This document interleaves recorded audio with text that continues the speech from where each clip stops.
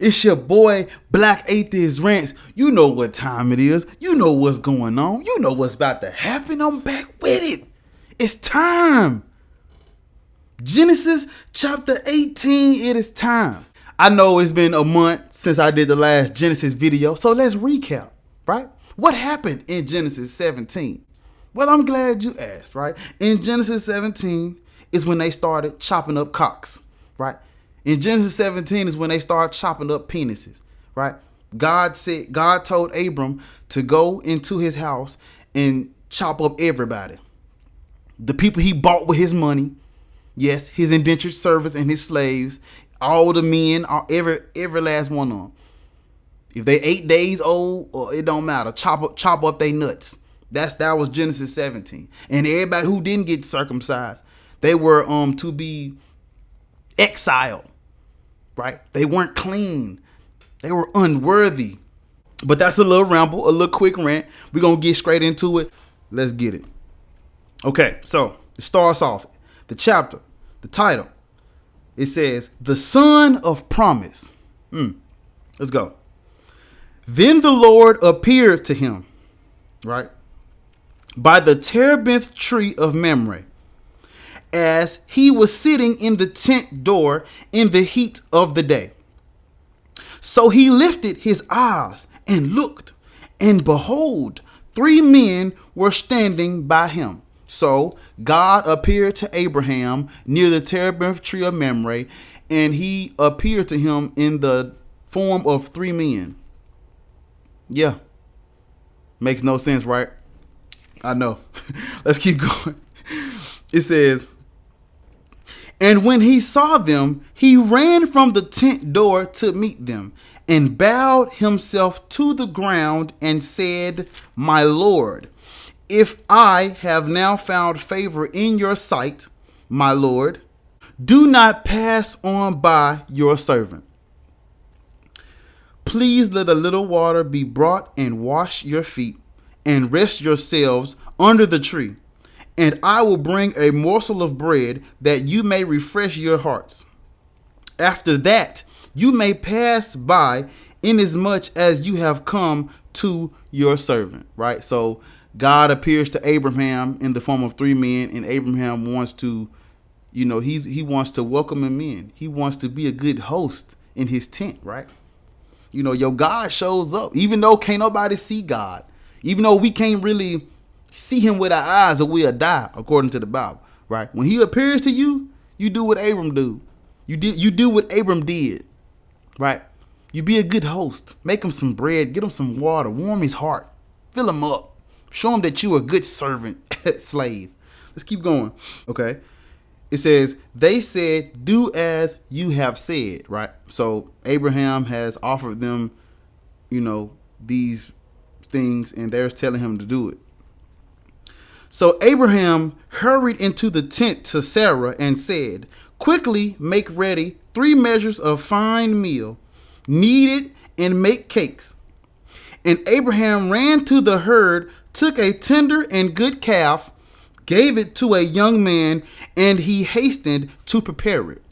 Now, I want y'all to lock in for a minute. Notice how when God appeared to Abraham, Abraham said, I'm going to do these things for you. I'm going to wash your feet, bring you some water, get you some bread, get you some meat, right?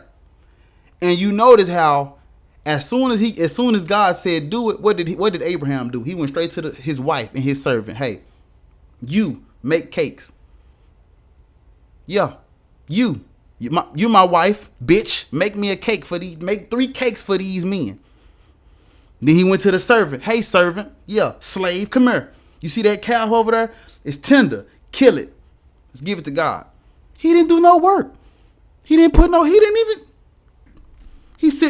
the people under him to do it. Let's keep going. So he took butter and milk and the calf which he had prepared. He didn't prepare it, y'all. That's what I'm saying. He didn't prepare this shit. See, no, Abraham didn't. Abraham didn't prepare this stuff. Sarah and that young boy, whoever that servant was, they prepared this shit. It says, so he took butter and milk and the calf which he had prepared and set it before them, and he stood by them under the tree as they ate. Now, I want you to notice how in Genesis, Abraham can talk to God, stand by God, walk with God, breathe the same air as God, yet I can't. Right? It's arrogant. Now look, y'all lock in. It's arrogant for me to ask God to come down. I'm being too prideful. You know, I'm boasting in my flesh. That's what the fuck they be saying to us. Shit like that. And yet Abraham just gets it. God just comes. No pun intended. He just comes, right? He just comes for this man.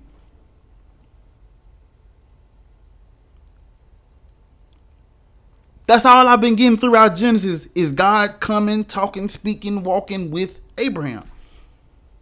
So it's not, so when I ask for the same shit today, it's not arrogance, right? It's not. I can only go off what he did in the Bible, y'all, because we can't understand God. All I have is this book. So if he did it in the book, I'm expecting it. Let's keep going.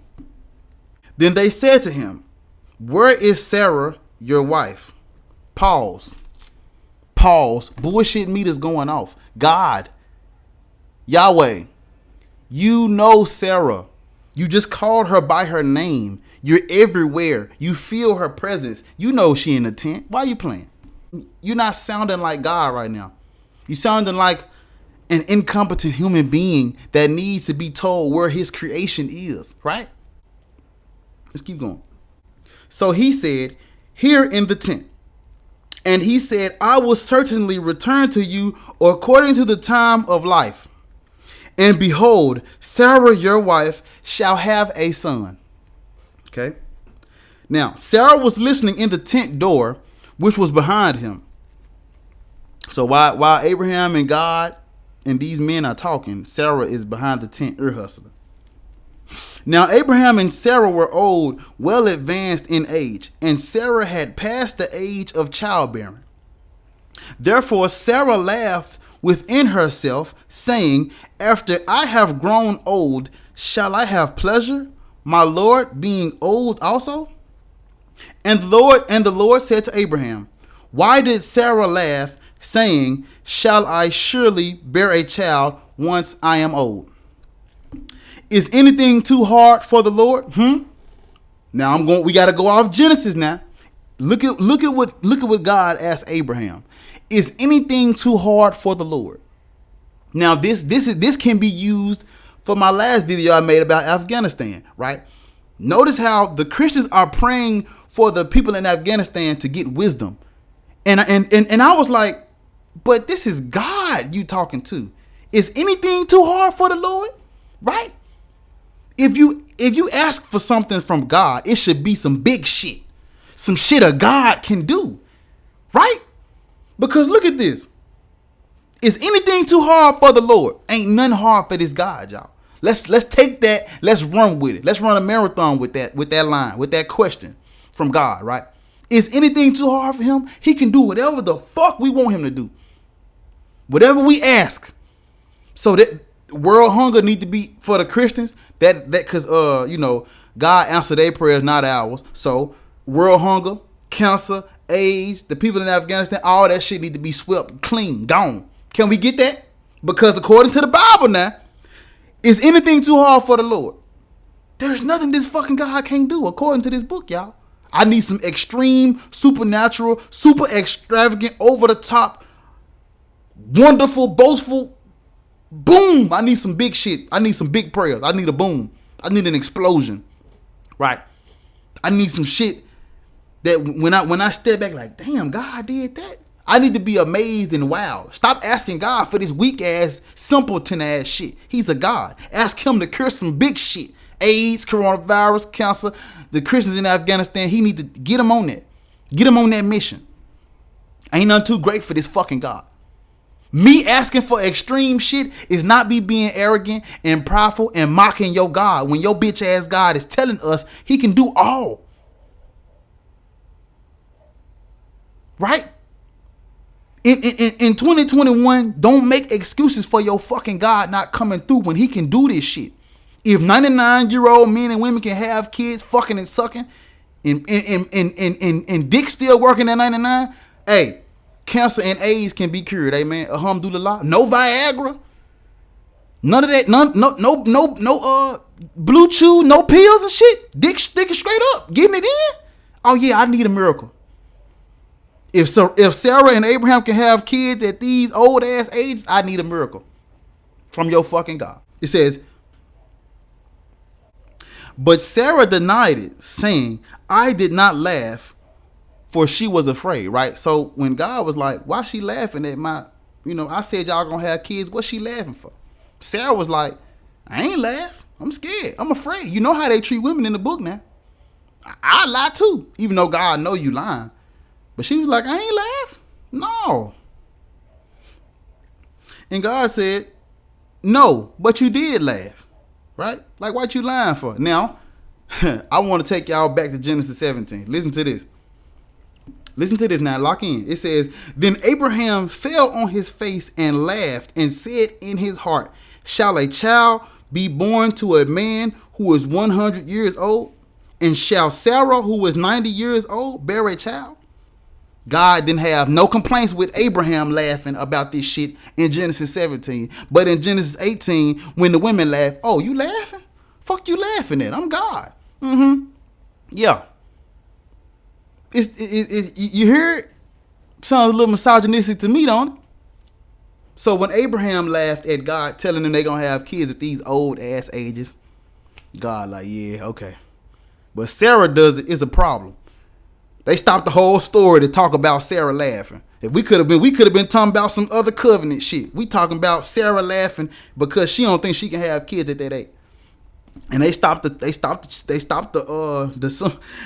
title is the son of promise, right? They stopped all that and wrote down how God asked her why she laughing. Clearly it was important to Yahweh, right? He inspired this. Clearly this conversation with Sarah was important. All I'm saying is, why? That don't make fucking sense for you to write the story like this, like you got a problem with her laughing when Abraham just laughed, not even a page over on the same fucking. Come on now. Let's keep going. Okay, it says Abraham intercedes for Sodom. Let's go. It says, then the men rose from there and looked toward Sodom, and Abraham went with them to send them on the way. And the Lord said, shall I hide from Abraham what I am doing? Since Abraham shall surely become a great and mighty nation, and all the nations of the earth shall be blessed in him. For I have known him in order that he may command his children and his household after them, that they keep the way of the Lord to do righteousness and justice, that the Lord may bring to Abraham what he has spoken to him.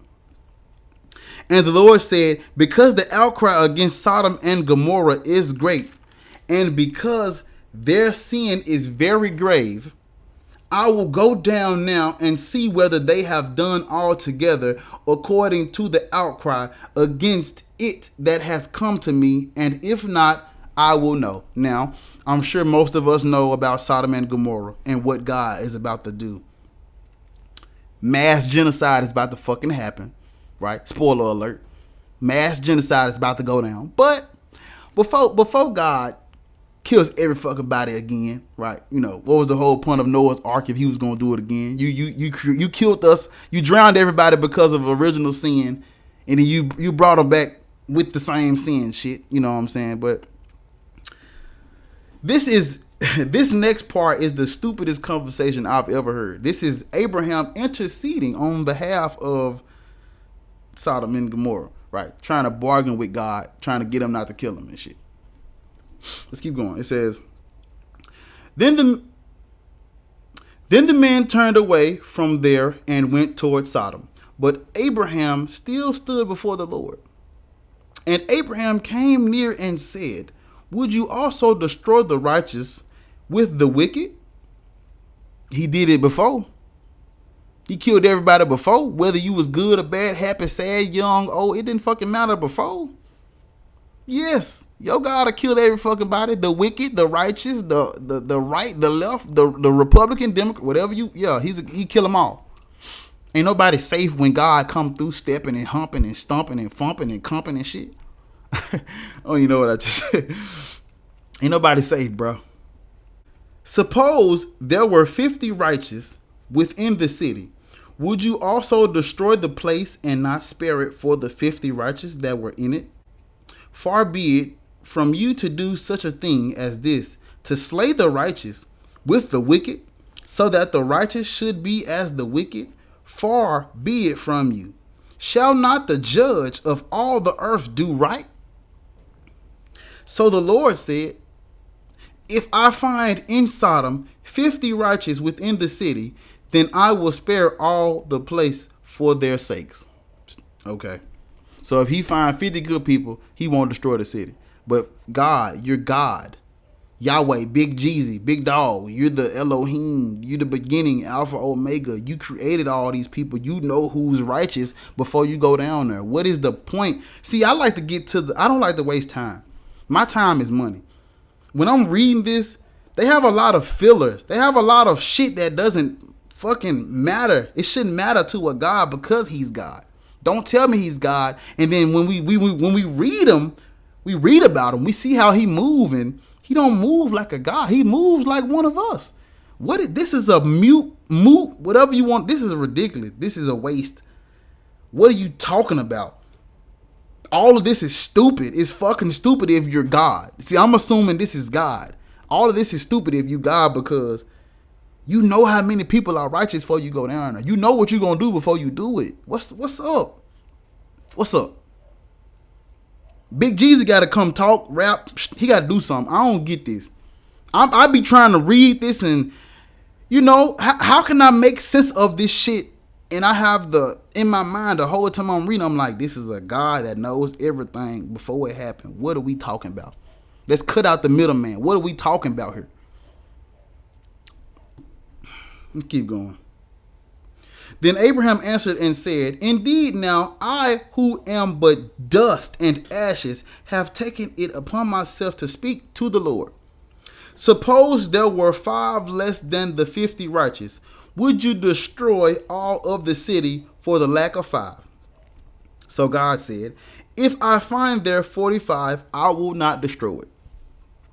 And he spoke to him yet again and said, suppose there should be 40 found there. So God said, I will not do it for the sake of 40. Then he said, let not the Lord be angry, and I will speak. Suppose 30 should be found there. So he said, I will not do it if I find 30 there. And Abraham said, indeed, now I have taken it upon myself to speak to the Lord.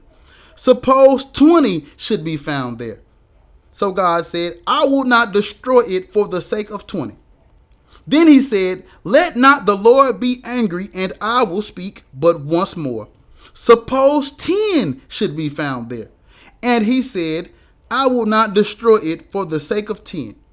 So the Lord went his way as soon as he had finished speaking with Abram. And Abram returned to his place. Now, that is the end of Genesis chapter 18. But let's talk about that last part a little bit. I think Abraham is a good negotiator, right? He talked God all the way down from 50 to 10. If God finds 10 people, 10 good righteous people in Sodom, he won't wipe them. He will not wipe them clean. He won't kill them all. Now, if I was Abraham, I would have kept talking his ass down. What about 9? What about 8? What about 5? What about 2? What do you find 1? What do you find none? I would have tried to talk his ass all the way down. He stopped at 10. So, if God finds 10 good people, he won't wipe the fucking city clean. God is getting schooled by Abraham. Abraham just talked his ass all the way down to finding 10 people. and he won't destroy the city. You're a fucking God getting bamboozled and pimped. You're getting tricked by the fucking creation here. You all powerful, all knowing bitch. Yeah, let me put that in there. I fucking hate this shit. I fucking hate this. I hate doing this. But this is my therapy. This is how I cope with this shit. This is how I feel better. By getting in this fucking word, reading it for myself, knowing it's fucking shit. It makes me feel better. It makes me feel, it makes me, you know, I'm not a fucking sheep. I'm not brainwashed. And I embrace that shit. I take pride in that. So when I read this fucking book and I see how they talk, how they move, how they groove, I'm like, who the fuck is reading this and basing their life off of this? Clearly these people that's believing this shit have not read it. Your God is a fucking sucker, getting suckered by a fucking creation here. This book is sick. This chapter's fucking stupid. And your God fucking sucks. He sucks ass and toes and clothes and every fucking thing. How disrespectful can I get to this motherfucking God? As disrespectful as I need to be. Fuck him. Fuck the book. Fuck the religion. Fuck all this shit. You bitches gonna stop believing this shit. You're gonna do that. I don't give a fuck how I sounded logical to the atheists who think they smarter than every fucking body. Fuck y'all too. These bitches are gonna stop believing this shit. One page at a time. We gotta fucking do something. This is not the way. We don't fucking need this book. We don't need these religions. We're better. We're better than this. If everybody went around eating their own shit, this whole country, this whole world will be trying to get these people to stop doing it. Shit. You know, if we had 10 people that didn't eat their own shit, they'll be going around the whole world trying to get people to stop. This is the same thing I'm doing. Believing that your shit is okay to eat is wrong. Believing that this God in this book is okay is wrong. I don't give a fuck about respecting no religion. Fuck that. Fuck your belief. Fuck you. Fuck all this shit, man. This is crap. This is wrong. Right? I don't give a fuck where your morality comes from. Whether your morality is subjective, objective, this book is wrong and this shit sucks. And you gonna come around me and you gonna blaspheme and you gonna talk down about this shit or we can't rap. The elephant is out the room. Everybody knows this fucking book is crap, but we have people that's trying to hold on for their life to this shit because they need something to believe in. I don't give a fuck about that. It's over. We need to put this shit down. We need to call it quits. This needs to be illegal. This is terrorism. This is destruction. This is everything fucking wrong. This ain't just everything wrong in the Bible, but this is what's wrong with us, period. This fucking shit. These religions, these beliefs, people thinking it, no. Every page, we gonna go through this motherfucker. And after every page, every chapter, we gonna reflect. And the more we read, the more we see. This is fucking sick, stupid shit. How the fuck you gonna get mad at Sarah for doing the same shit Abraham just did a page over? 100-year-old men and women don't have fucking children. That's not proven in reality. That doesn't fucking happen. I'm sick of reading how every fucking page and chapter, your God appearing in the flesh, in the form of 3 men and fire, burning bushes and shit, and I can't get none of this. Nothing is too great for the Lord, bitch. Tell him in this shit. Tell him get rid of these diseases and these cancers and shit. Let's work. Bone cancer, children getting fucking, what the fuck? Who comes up with this shit, man? Again, I talk as if the book is true, so you have to excuse me sometime because I talk as if they actually believe this book is true. What the fuck is wrong with these people? Let me stop, but that's the end of the video. I appreciate y'all for rocking with my shit. I got banned on TikTok yesterday. We gonna talk about that. Support my shit, please. I need your fucking assistance. Like my shit, subscribe. Get you a fucking shirt. I'm gonna do the memberships. I need your fucking help, support. This shit is not easy. I just make it look good. YouTube is hard. I need your fucking money. Some of it, not all of it. Not even 10% like the church. I need something. put something in this fucking bucket. I love you, and I appreciate y'all for rocking with my shit, man. I have it fucking coming every day. I'm putting out shit every fucking day this week. We working. This ain't a fucking game to me. This not a believe what you want. I'm gonna believe what I want. No. Fuck that. That would have worked in the beginning. It's too fucking late. They already committed mass genocide, exorcisms, and fucking executions and assassins. It's too fucking late for that. Let's talk as if this bitch ass book is a problem. Let's talk like that. Let's walk like that. Let's move like that. Ain't no fucking debate. Ain't no fucking conversation. Ain't no understanding to be had. This fucking book sucks. Everybody who believe it need to be. We need to profile their ass. Let's examine them. How much of this shit do you fucking believe? Man, it's woo. I'm gonna stop. That's another video. We gonna work. I love y'all. I'm gone.